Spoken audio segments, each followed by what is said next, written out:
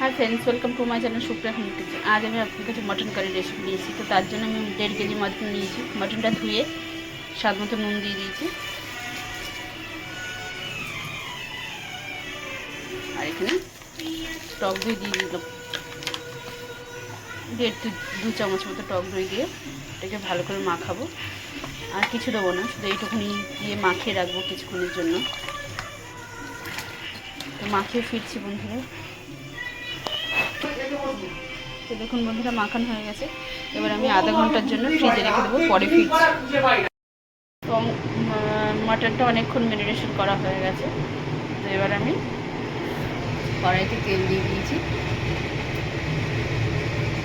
তেলটা গরম হোক, পেঁয়াজ আর আলু ভাজবো।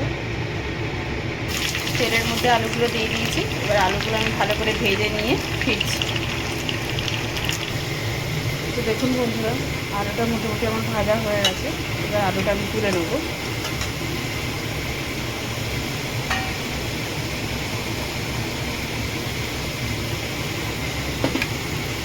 তুলে মাটনটার মধ্যেই রাখবো।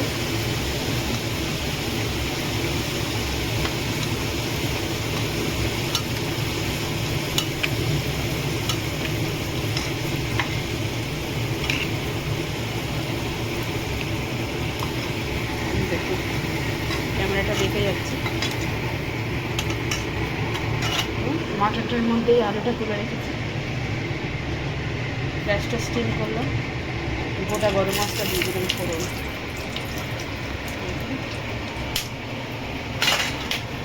এর সাথে কেটে রাখা পেঁয়াজ দিয়ে দিচ্ছি।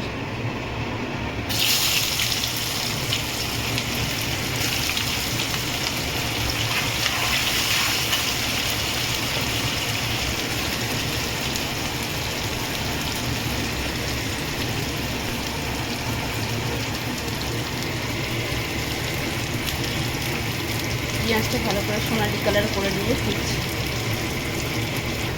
তো পেঁয়াজটা ভাজা হয়ে গেছে বন্ধুরা। এবার আমি এর মধ্যে রসুন বাটা দিয়ে দেবো।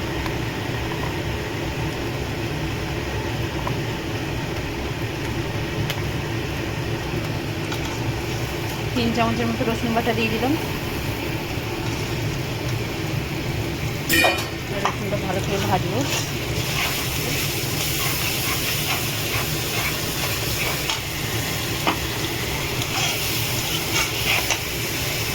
সাথে দুটো টমেটো কুচি রেখেছি, এটা দিয়ে দিলাম। রসুনের সাথে টমেটোর সিদ্ধটা হয়ে যাবে, রসুনটা ভাজা হয়ে যাবে, টমেটোর সিদ্ধটা হয়ে যাবে।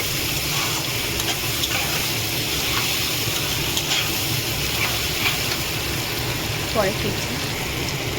তো দেখুন, এবার আমি ম্যারিনেশন করা মাটনটা দিয়ে দিই ভালো করে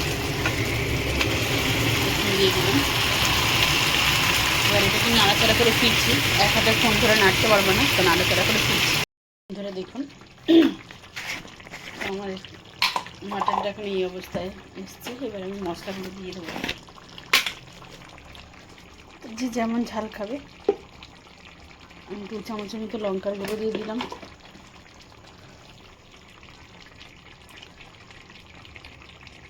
দেড় চামচের মতো হলুদের গুঁড়ো দিয়ে দিলাম।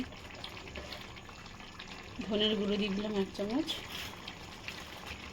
জিরার গুঁড়ো দিয়ে দিলাম 1 চামচ। এবার এটাকে ভালো করে নাড়বো, নাড়াচাড়া করবো। তো নাড়াচাড়া করে পরে ফিরছি বন্ধুরা। তো দেখুন বন্ধুরা, তেল বেরিয়েছে। এক হাতে ধরে নাড়া যায় না।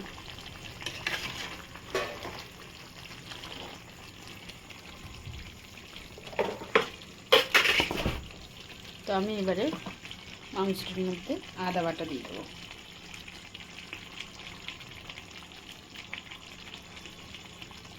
তিন চামচ মতো আদা বাটা দিয়ে দিলাম।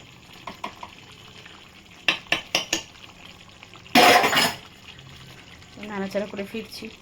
দেখুন বন্ধুরা, নেড়ে নিয়েছি। এবার আমি স্বাদ মতো একটু চিনি দিয়ে দেবো।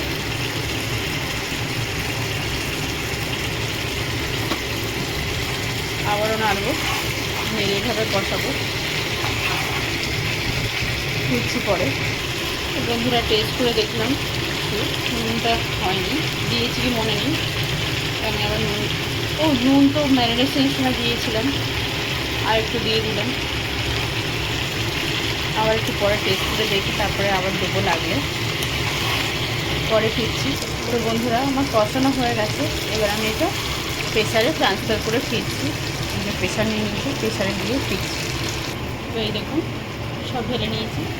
এবার আমি এটার মধ্যে আলু মাংস রেখে দিয়েছি, এটার মধ্যে দিয়ে এটাও আমি দিয়ে নেবো। এই সময় গ্যাসের ফ্লেমটা জোরে দেবো, যাতে জলটা একটু ভালো করে ফুটে যায় টক দিয়ে।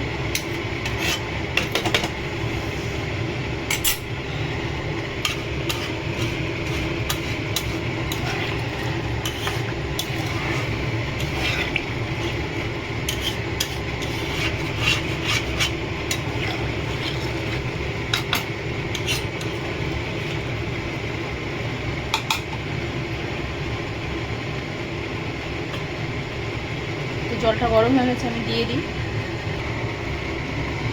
তো দেখুন বন্ধুরা প্রেসারে দিয়ে দিয়েছি, আলুগুলো সামনে রয়ে গেছে। তো যাই হোক, আলুগুলো সামনে থাক, আমি এবার প্রেসারে ঢাকনাটা দিয়ে দেবো। তার আগে আমি কিছু কাঁচা লঙ্কা কুচিয়ে রেখেছিলাম, এটা দিয়ে দিলাম।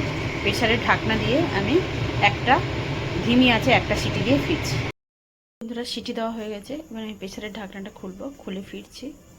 দেখুন পরের মধ্যে ঢেলে নিয়েছি, গ্যাসটাও জ্বেলে দেবো।